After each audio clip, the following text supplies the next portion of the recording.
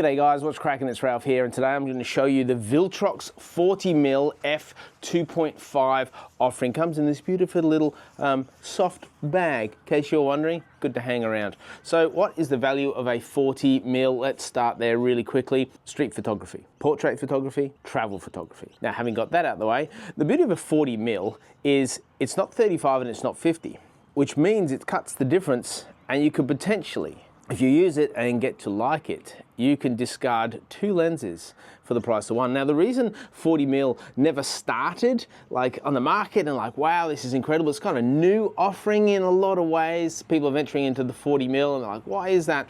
Well, it's because the way cameras were built and made and the sensor size just lent itself to a 35mm. And then instead of jumping to a 40mm as lenses developed, they went to a 50mm. So 40mm is still really close to your frame of reference when you look at the world. And so you could use this when you're taking documentary shots. So if you want to frame someone up for a documentary, this is what it might look like. If you want to shoot low aperture and go some portrait photography, the autofocus on this is really good in full light. In lower light, it struggles somewhat, not impossible, but it struggles somewhat just to nail that focus, but it allows the eye detect of your Z series camera, in this case I'm using the Z5, to work really, really well. So having said those things, let me tell you a little bit about the lens. It's this big, it's very small, it's very light, and it's made of plastic. In regard to external functions, it is very limited, which keeps the price down. So all you have is a focus ring. So when you put this in manual focus, which you need to do according to your body, not on the lens, you can actually turn this, and that is how you focus in on whatever you're focusing in. But it's nice and broad, it's easy to find. If you're holding your camera here, and you can just easily access this just like so, which I find really really accessible, really helpful. Now, if I take the top off, you have a metal ring here with your diodes to make sure that it works with the autofocus, and it's a full auto lens, which we know it is. On the other end, we have a small lens. So often primes, you can determine their quality by the amount of glass they have. So you can already see it's a limited amount of glass, and here's the specs if you want to take a look, although I imagine you've already had a look at them before you come to this video, because we're not a delve into how many elements and how many pieces of glass and so on and so forth, because I don't think it really helps, does it? What really helps is the quality you can get out of this lens, which we'll get to in just a sec. Has a lens hood, just slides off, turns around, nice and easy. Value of a lens hood, this being so narrow isn't going to stop much light piercing from the side, but it will cushion and protect the glass if you ever drop it. So I would recommend putting that on. It screws on and off, but if you want a smaller profile, you just take it off, and here you go. So let's stick this on a Z5 camera, and I'm using my Z5 camera because this is a cheap and budget lens. And cheap, I don't mean like, oh, it's rubbish. I mean, it's the lens you buy. If you wanted a prime lens, you wanted to experiment with it, you wanted to see how much you enjoy prime lenses, you wanted a 40mm in your caliber, your arsenal of lenses, but at the same time you didn't want to spend a bomb. So this will come in at about $158 US if you go to the Viltrox store.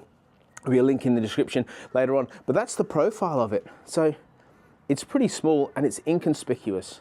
So you can take this travel photography if you're like, I just want one lens and I don't want anything that's out here, I just want it nice and tucked in, nice and sweet, then this is the lens, right? It's on a full frame body and it doesn't take up much space at all. It kind of prefers the sleekness and smallness of the Z5 profile. Now let's just try it out. I'm going to turn the camera on. I'm going to put it to an f-stop of 2.5. I'm going to focus in on me, focusing in on me, focusing, yeah.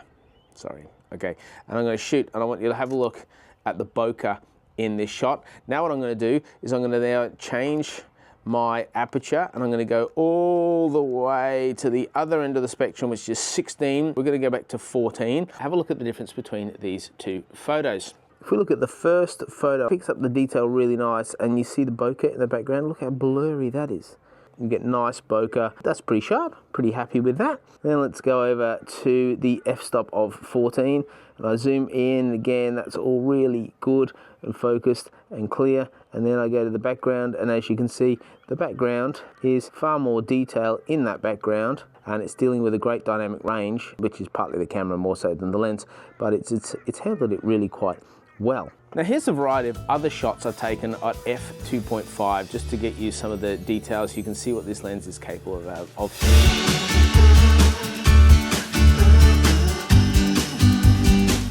There's a really close focusing distance, and you measure that from the center, and this is 34 centimeters, so it comes out to about there or so.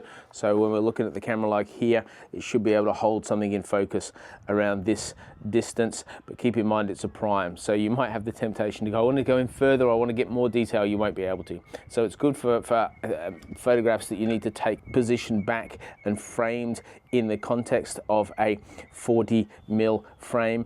You won't have the luxury of getting any closer than that distance. Thread is a 52mm job, and you can put a filter on that if you want to preserve your aperture when you're using this to film. So you want really close aperture, but it's a really bright day. Put a 52mm filter on that of a neutral density, and you'll be able to take down the exposure but hold the aperture. Okay, let's go outside and take some shots of the sky. And the reason I do that, and I'm going to expose it a little bit bright so that you can see if there's any vignetting in the corners.